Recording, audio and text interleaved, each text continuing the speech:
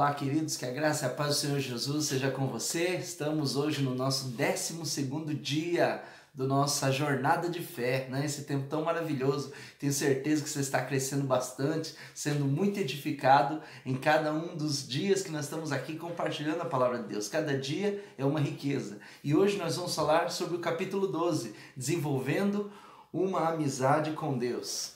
Querido, a amizade é um processo de troca.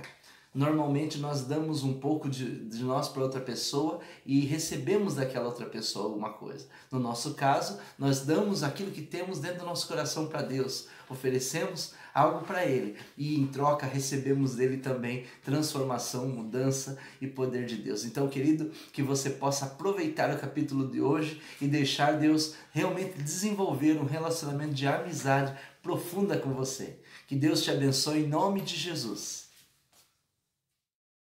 Uma vida com propósitos, de Rick Warren. Dia 12. Desenvolvendo amizade com Deus. Deus oferece a sua amizade ao justo. Provérbios, capítulo 3, versículo 32. Aproximem-se de Deus e Ele se aproximará de vocês. Tiago 4, 8. Você está tão perto de Deus quanto escolhe estar. A exemplo do que ocorre com qualquer amizade, você deve se esforçar para desenvolver o relacionamento com Deus. Isso não acontecerá por acidente. É necessário desejar essa amizade e disponibilizar-lhe tempo e energia. Se deseja um vínculo mais profundo e íntimo com Deus, aprenda a compartilhar de forma honesta seus sentimentos, a ter confiança quando Ele lhe pedir para fazer algo, a se importar com aquilo que é importante para Ele e a desejar sua amizade mais do que qualquer outra coisa. Devo optar por ser sincero com Deus. O primeiro elemento fundamental de uma amizade mais profunda com Deus é ser absolutamente sincero sobre suas falhas e sobre seus sentimentos. O Criador não espera que você seja perfeito, mas insiste em que seja absolutamente honesto. Nenhum dos amigos de Deus que aparecem na Bíblia era perfeito. Se a perfeição fosse um requisito para a amizade com o Senhor, jamais poderíamos ser amigos dele. Felizmente, em virtude da graça de Deus, Jesus ainda é amigo de pecadores. Leia lá em Mateus capítulo 11, versículo 19. Na Bíblia, os amigos de Deus são sinceros a respeito do que sentem, frequentemente reclamando, criticando, acusando e discutindo com o Criador. Deus, entretanto, não parece ficar aborrecido com a franqueza deles. Na verdade, até a incentiva. O Senhor permitiu que Abraão o questionasse a respeito da destruição de Sodoma. Abraão importunou-o sobre o que seria necessário para poupar a cidade, negociando o número de 50 a 10 pessoas justas. Deus também escutou pacientemente de Davi as muitas acusações de injustiça, traição e abandono. Não destruiu Jeremias quando o profeta afirmou que o Senhor o havia enganado. Jó pôde expressar sua amargura durante a provação, e no final, Deus o defendeu por ter sido sincero e repreendeu os amigos de Jó por não agirem com sinceridade. Deus lhes disse: "Estou farto de vocês, pois não foram honestos comigo, nem no que disseram de mim a meu servo Jó. E meu servo Jó orará por vocês, e assim vou aceitar a oração de vocês." Jó, capítulo 42, versículos 7 e 8. Em um estupendo exemplo de amizade sincera que está em Êxodo, capítulo 33, versículos de 1 a 17, Deus expressou sem reserva sua absoluta repugnância pela desobediência de Israel. Ele disse a Moisés que manteria a promessa de dar aos israelitas a terra prometida, mas não daria mais nenhum passo com eles no deserto. Deus estava aborrecido e disse a Moisés exatamente como se sentia. Moisés, falando como amigo de Deus, respondeu de forma igualmente sincera: "Tu me dizes, conduza este povo, mas não me deixas saber quem enviarás comigo. Se sou assim tão especial para ti, permite que eu tome conhecimento dos teus planos. Não te esqueças de que este é o teu povo, tua responsabilidade." O Eterno respondeu: "Minha presença irá com você. Eu me encarregarei da viagem até o fim." Moisés não concordou. "Se tua presença não assumir a liderança aqui, cancela agora mesmo a viagem. De que outra forma se poderia saber que estás comigo nisso, comigo e com teu povo? Quero saber, viajarás conosco ou não? De que outra forma saberemos que somos especiais, eu e teu povo, entre todos os outros povos da terra? O Eterno respondeu a Moisés: Está bem, será como você disse. Eu também farei isso, pois conheço você muito bem, e você é especial para mim. Eu conheço você pelo nome. Versão da Bíblia A Mensagem para Êxodo, capítulo 33, versículos de 12 a 17. Poderia Deus lidar com este tipo de franqueza se ela partisse de você? Sem dúvida. A verdadeira amizade é edificada sobre a transparência. O que pode parecer audácia, Deus vê como sinceridade. Deus escuta as palavras exaltadas de seus amigos. O que o aborrece são os clichês, aquelas frases previsíveis permeadas de religiosidade. Para ser amigo de Deus, você deve ser sincero com Ele e dividir seus verdadeiros sentimentos. Não o que você pensa que deve sentir ou dizer. Quem sabe você precise confessar alguma raiva ou ressentimento oculto em relação a Deus em certas áreas de sua vida, nas quais você se sentiu enganado ou decepcionado. Até que tenhamos amadurecido o suficiente para compreender que o Senhor usa todas as coisas para o nosso bem, abrigamos ressentimentos em relação a Ele por causa de nossa aparência, formação, orações não respondidas, mágoas do passado e outras coisas que mudaríamos se fôssemos Deus. As pessoas frequentemente o culpam por mágoas causadas por outras pessoas. Isso resulta no que William Backus chama seu rompimento oculto com Deus. A amargura é a maior de todas as barreiras para a amizade com Deus. Por que eu iria querer ser amigo de Deus se Ele permitiu isto? O antídoto, é claro, é perceber que o Senhor sempre age em nosso benefício, mesmo quando sofremos e não conseguimos entender o que está acontecendo. Livrar-se dos ressentimentos e revelar o que sentimos, porém, são os primeiros passos para a cura. A exemplo do que faziam os amigos de Deus na Bíblia, diga a Ele exatamente como você se sente. Reflita a respeito de Jó, capítulo 7, versículos 17 a 21, Asaf, Salmo 73, versículo 13, Jeremias, em Jeremias 20, versículo 7, e Noemi, em Rute, capítulo 1, versículo 20. Para nos instruir em uma honestidade sincera, Deus nos deu o livro de Salmos, um manual de adoração repleto de linguagem impetuosa, fúria, dúvidas, medos, ressentimentos e sofrimentos intensos, combinados com ação de graças, louvores e declarações de fé. Todas as emoções possíveis estão catalogadas em Salmos. Quando você lê as confissões emocionadas de Davi e outros compositores, percebe que é assim que Deus quer que você o adore, sem reter absolutamente nada do que sente. Você pode orar como Davi. Derramo diante dele as minhas queixas e conto-lhe todos os meus aborrecimentos. Estou totalmente abatido. Salmos 142, versículos 2 e 3. É animador saber que todos os amigos íntimos de Deus, Moisés, Davi, Abraão, Jó e outros, defrontaram-se com dúvidas. Em vez de mascarar seus receios com frases feitas, eles os expressaram sincera, aberta e publicamente. Exprimir as dúvidas pode ser o primeiro passo em direção ao nível seguinte de intimidade com Deus. Devo optar por obedecer a Deus pela fé. Todas as vezes que você confia na sabedoria de Deus e faz tudo o que Ele diz, mesmo sem compreender, sua amizade com Ele se aprofunda. Normalmente, não consideramos a obediência uma característica da amizade. Ela parece mais adequada ao relacionamento com os pais, com o chefe ou com algum superior imediato, mas nunca com um amigo. Jesus, no entanto, deixou claro que a obediência é uma condição para se obter intimidade com Deus. Ele disse: "Vocês serão meus amigos se fizerem o que eu ordeno." João, capítulo 15, versículo 14. No capítulo anterior, assinalei que a palavra usada por Jesus quando nos chamou amigos podia se referir aos amigos do rei, numa corte real. Embora esses companheiros íntimos usufruam privilégios especiais, eles também estão sujeitos ao rei e têm de obedecer às suas ordens. Somos amigos de Deus, mas não somos seus iguais. Ele é nosso amado líder e o seguimos. Obedecemos a Deus não por obrigação, medo ou imposição, mas porque o amamos e confiamos que Ele sabe o que é melhor para nós. Queremos seguir a Cristo por gratidão a tudo o que Ele fez por nós. E quanto mais de perto o seguimos, mais intensa a nossa amizade se torna. Os não cristãos, em geral, pensam que os cristãos obedecem por obrigação, culpa ou medo de serem punidos. Mas a realidade é o oposto.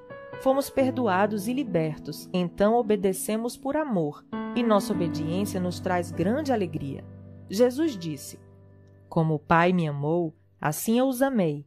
Permaneçam no meu amor. Se vocês obedecerem aos meus mandamentos, permanecerão no meu amor, assim como tenho obedecido aos mandamentos de meu Pai, e em seu amor permaneço. Tenho dito essas palavras para que a minha alegria esteja em vocês, e a alegria de vocês seja completa." João, capítulo 15, versículos de 9 a 11. Observe que Jesus espera de nós o mesmo comportamento que Ele tem com o Pai, que é o modelo para o nosso relacionamento com o Filho. Foi por amor que Jesus realizou tudo o que o Pai lhe pediu. A verdadeira amizade não é passiva, é atuante. Quando Jesus nos pede que amemos o próximo, ajudemos os necessitados, dividamos nossos recursos, conservemos nossa vida irrepreensível, perdoemos e levemos outras pessoas a Ele, o amor estimula-nos a obedecer imediatamente. Em várias ocasiões, somos desafiados a realizar grandes coisas para Deus. Na realidade, o Senhor fica mais satisfeito quando fazemos pequenas coisas para Ele espontaneamente. Elas podem passar despercebidas para outras pessoas, mas Ele as observa e as considera atos de adoração. Grandes oportunidades podem acontecer uma única vez durante toda a vida, mas pequenas oportunidades nos cercam todos os dias. Mesmo por um simples ato como dizer a verdade, ser gentil ou animar alguém, trazemos um sorriso à face do Senhor. Deus guarda simples atos de obediência como se fossem um tesouro, mais precioso que orações, louvores ou ofertas. A Bíblia diz: "O que agrada mais ao Senhor, holocaustos e sacrifícios ou obediência à sua voz? É melhor obedecer que sacrificar." 1 Samuel, capítulo 15, versículo 22. Jesus iniciou seu ministério público com a idade de 30 anos, ao ser batizado por João. Naquele momento, Deus falou do céu: "Este é o meu Filho amado e estou plenamente satisfeito com ele." Mateus, capítulo 3, versículo 17. O que Jesus fez durante aquelas 3 décadas que agradou tanto a Deus? A Bíblia silencia a respeito desse período da vida de Cristo, exceto por uma única frase que encontramos em Lucas, capítulo 2, versículo 51. "Então foi com eles para Nazaré e era-lhes obediente." 30 anos agradando a Deus foram resumidos em 3 palavras: era-lhes obediente. Devo optar por valorizar o que Deus valoriza. É isto que os amigos fazem. Eles se importam com o que é importante para outra pessoa. Assim, quanto mais você se torna amigo de Deus, mais se importará com o que é importante para Ele, mais sofrerá com o que lhe causa sofrimento e mais se alegrará com o que lhe dá prazer. Paulo é o melhor exemplo disso. As prioridades de Deus eram suas prioridades, e os desejos dele eram seus desejos também. O que me deixa tão abatido é que me preocupo demais com vocês. É a paixão de Deus queimando dentro de mim. 2 Coríntios, capítulo 11, versículo 2. Davi se sentia da mesma forma. "Pois o zelo pela tua casa me consome, e os insultos daqueles que te insultam caem sobre mim." Salmos 69, versículo 9. O que importa mais para Deus? A redenção de seu povo. Ele quer que todos os seus filhos perdidos sejam encontrados. Esse é o único motivo pelo qual Jesus veio a este mundo. A coisa mais preciosa ao coração de Deus é a morte de seu filho. A segunda coisa mais preciosa é quando seus filhos comunicam essa boa nova a outras pessoas. Para ser amigo do Senhor, você deve se interessar por todas as pessoas ao seu redor, pois Deus se importa com elas. Os amigos de Deus falam dele aos amigos. Devo desejar ser amigo de Deus mais que qualquer outra coisa. Os salmos estão cheios de exemplos desse desejo. Davi desejou apaixonadamente conhecer a Deus, expressando-se com palavras como anelo, anseio, sede e fome. Ele ansiava pelo Senhor e declarou: "Há uma coisa que realmente desejo do Senhor, o privilégio de viver durante toda a minha vida na sua presença, para descobrir a cada dia um pouco mais da sua perfeição e do seu amor. Salmos 27, versículo 4. Em outro salmo, ele diz: o teu amor para mim vale mais que a vida. Salmo 63, versículo 3. O desejo de Jacó pelas bênçãos de Deus era tão intenso que ele lutou uma noite inteira com o Senhor, dizendo: não te deixarei ir, a não ser que me abençoes. Gênesis capítulo 32, versículo 26. A parte mais maravilhosa dessa história é que Deus, que é todo-poderoso, permitiu que Jacó vencesse. O Criador não fica ofendido quando lutamos com ele, porque lutar exige contato pessoal e nos traz para perto dele. Lutar também é uma atitude apaixonada, e Deus gosta quando demonstramos paixão por ele. Paulo foi outro homem que nutria uma amizade ardente com Deus. Nada era mais importante. Era sua primeira prioridade, objeto de sua total concentração e o mais importante objetivo de sua vida. Esse foi o motivo pelo qual Deus usou Paulo de forma tão grandiosa. A Bíblia Amplificada exprime toda a força da paixão de Paulo. Meu firme propósito é que eu possa conhecê-lo e que possa conhecê-lo cada vez mais profunda e intimamente, percebendo, reconhecendo e compreendendo as maravilhas de sua pessoa com mais clareza e intensidade. Filipenses capítulo 3, versículo 10. A verdade é, você está tão perto de Deus quanto escolhe estar. A amizade íntima com Deus é fruto de uma escolha, não de uma eventualidade, e você deve buscá-la intencionalmente. Você realmente a deseja mais que qualquer outra coisa? Qual a importância disso para você? Vale a pena desistir de outras coisas por causa dela? Valeria ela o esforço de desenvolver certos hábitos e habilidades? Talvez você tenha sido apaixonado por Deus no passado, mas perdeu aquele desejo. Esse foi o problema dos cristãos de Éfeso. Haviam perdido o primeiro amor. Faziam todas as coisas corretamente, mas por obrigação, não por amor. Se você está passando por alguma instabilidade espiritual, não se surpreenda quando Deus permite que você sofra. O sofrimento é o combustível da paixão. Ele gera energia com tal intensidade que transforma o que normalmente não possuímos. Assim disse C.S. Lewis: o sofrimento é o megafone de Deus. É a forma de Deus nos sacudir da letargia espiritual. Nossos problemas não são uma punição, mas apelos de um Deus amoroso para nos despertar. O Senhor não está irritado com você, está irritado por você e fará o que for necessário para trazê-lo de volta à comunhão com Ele. Há, porém, um meio mais fácil de reacender a paixão por Deus. Comece a pedir que Ele lhe dê essa paixão e continue pedindo até que a receba. Repita esta oração ao longo do dia. Querido Jesus, mais que qualquer outra coisa, quero conhecer-te intimamente. Deus disse aos cativos na Babilônia: quando vocês me buscarem, me encontrarão. Sim, quando me buscarem de todo o coração e em primeiro lugar, dou a vocês a certeza de que não vão se decepcionar.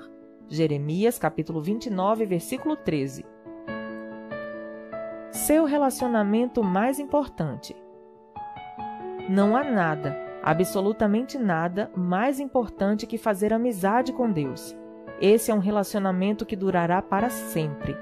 Paulo disse a Timóteo: algumas dessas pessoas perderam a coisa mais importante da vida. Elas não conhecem a Deus. 1 Timóteo capítulo 6, versículo 21. Você perdeu a coisa mais importante da vida? Pois pode fazer algo a respeito agora mesmo. Lembre-se, a escolha é sua. Você está tão perto de Deus quanto escolhe estar.